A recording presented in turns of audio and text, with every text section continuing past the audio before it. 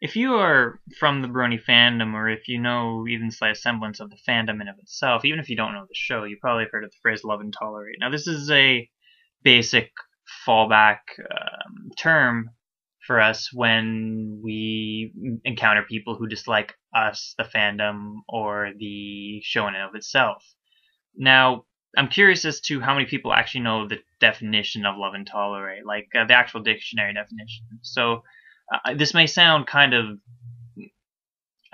I apologize if this sounds rude at all by reading you guys the definition of the words love and tolerate as said by the dictionary, but I just want to make sure we're all on the same page here as we continue on with this video. The word love means an intense feeling of deep affection. Now, this is curious because I believe that's a little strongly worded when we're talking about someone who dislikes you. Not in the sense that we should hate people who dislike us. We should, you know, I guess just ignore them. But to love them, now if you've seen my other videos, you might have seen where I was talking about how I don't understand how the word love has become so diluted in our society, to which it can mean anything from I love this candy bar to I love my wife or my husband or my significant other. So I would say the word love is a little strong, but then again, I'm saying that from the perspective of someone who wants to take the word love and kind of remake it into what it once meant, to where it was, as the dictionary defines it, a strong feeling of affection and not just your everyday interchangeable word for like. But I can understand where it comes from. The word love, okay, that's fine. That's good. That's dandy. I guess you could use it, especially if you want to prove, or not prove, but show that you're a little more accepting of it. Instead of just like and tolerate, love and tolerate. Okay, you can love your fellow man all you want. That's cool with me. I'm fine with that. I'm down with loving people as long as they're decent and show some modicum of intelligence. Continuing on. Tolerate. Tolerate is quite straightforward, actually. Allow the existence, occurrence, or practice of something that one does not necessarily like or agree with without interference. So basically, it means you can do that, and I won't stop you, even if I don't agree with it, as long as I don't know if this is an actual thing. No, so just saying, whatever, you do whatever you want, I won't interfere with it even if I disagree with you. So that's basically saying, just you can play ball over there and I'm going to stand here and swing on the swings and we'll be fine with each other. There you go. That's so the meaning of love and tolerate would be, keeping in that example, I'm going to swing on the swings, you can play ball over there, and I will accept, or I will feel deep affection towards you for doing it. Okay, deep affection is probably not the right word, because if you're swinging on the swings and playing ball, there's a good chance you're a younger child. So, you know what? We'll be friends and just continue on that path.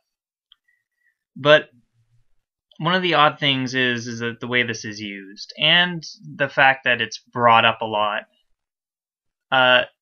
Now, love and tolerate is usually meant for people who dislike the fandom, as I've said.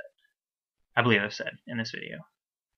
And there's really three kinds of people who dislike the fandom. There are the people who say, I don't watch the show, but that's fine, just do whatever you want. They're really the people who love and tolerate, which is curious because we talk about it all the time, and yet there are people who are outside the fandom who do it a lot more than a lot of us do. For example, I have two friends when I told them I was a brony, they were like, that's cool, whatever. Just continue on your way. And that's real love and tolerance right there, because we're still friends, and they don't mind me for what I prefer.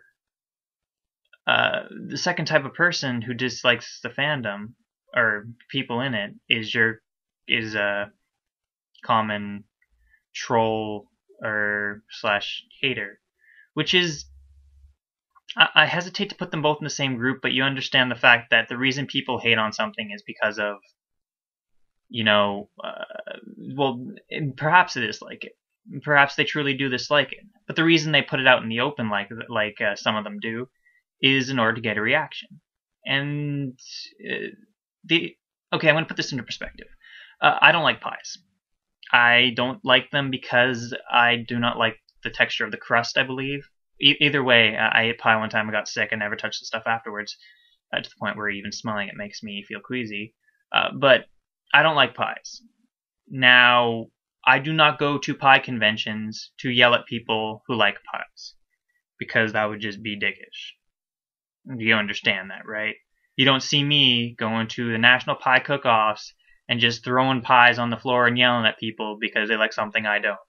Because I love and tolerate people's desire for pies, which is a weird thing to say, I guess. But, you can desire pies all you want. You can love pies. You can love whatever you want. And I don't care.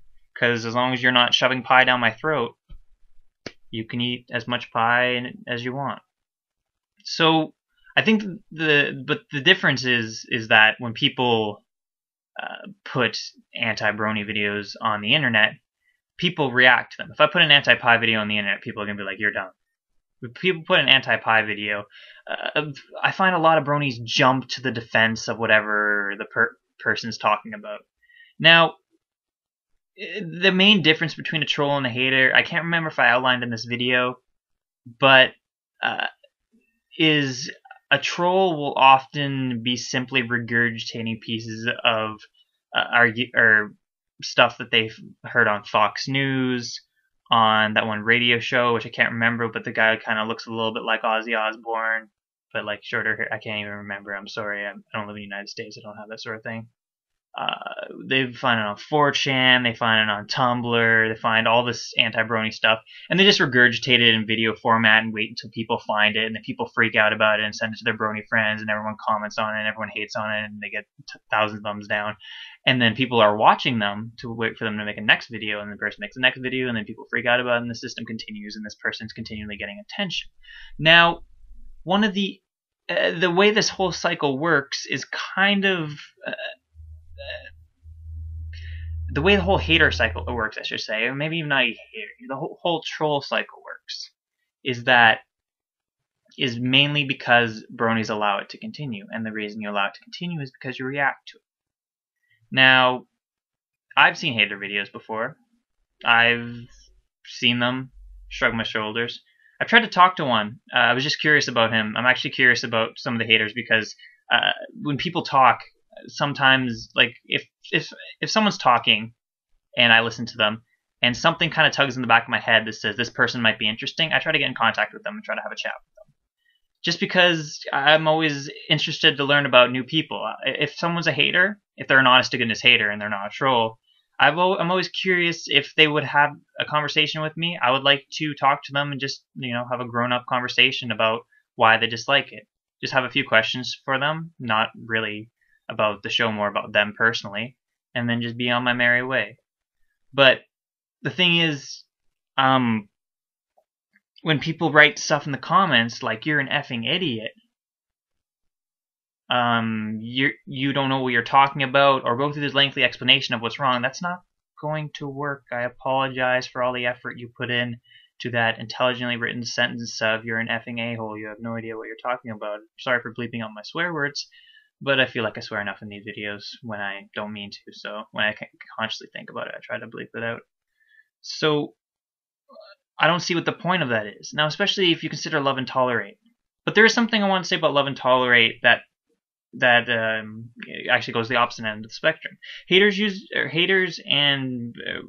I guess, would be the third. I can't remember if I said two or three groups, but I kind of mashed haters and trolls together, just that one. But people like haters and trolls like to take the words love and tolerate and use it as an excuse for, like, oh, see, you bronies are all liars because you don't love and tolerate me when I say that you guys are all fags or whatever.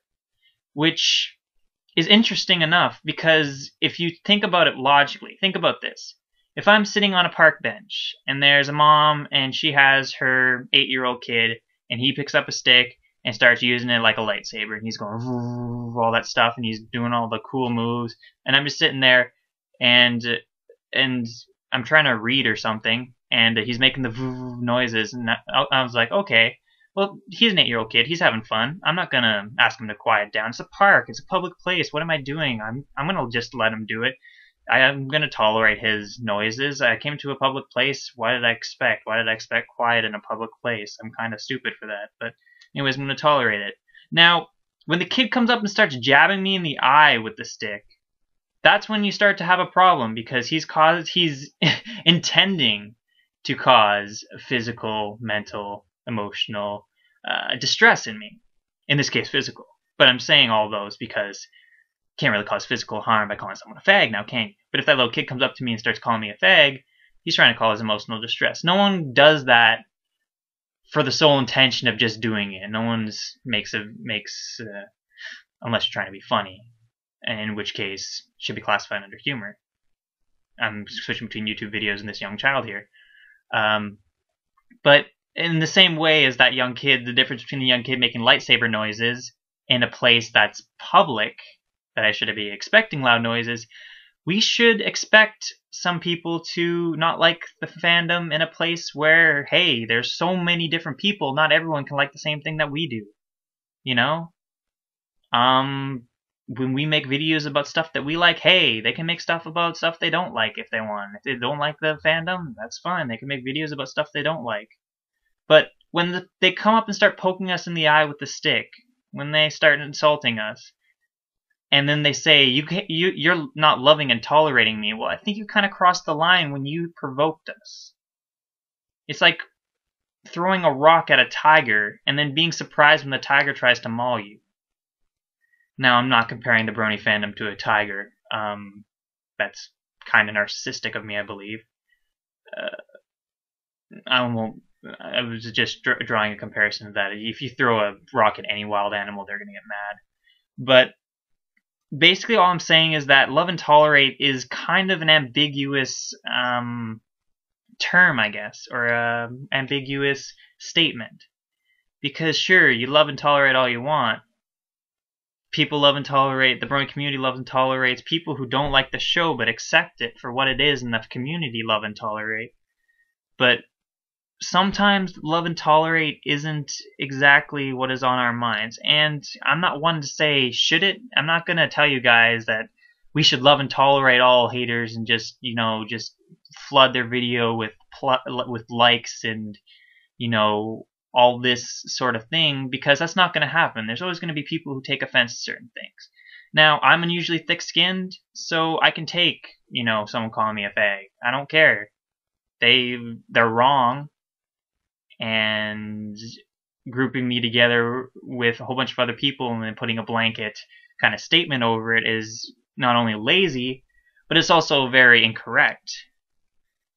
But what I guess the main point of this video is really that the term love and tolerate has one meaning, and it means to accept and to love someone for their differences, and to accept them for their differences, and to just say, you do your thing, I don't care. But I believe there is a point when someone starts poking you in the eye with a stick that you have a right to say, okay, that's enough. Can you please stop? Now, you don't snap at the person poking you in the eye and say you're a fucking retard, because all you're doing is you're going down to their level. And it surprises me to people who don't realize that. Because, you should think about it. It's interesting. So I guess that's all I have to say. I'm sorry if this video didn't make any sense. As usual, it's, late. I have my stupid lamp on. The stupid little game on because I should be sleeping, but I'm not. So if you guys got anything out of that, hopefully you did. Thank you for listening, and I will see you guys all later. Have a fantastic day or night or wherever you are, and thanks again for watching.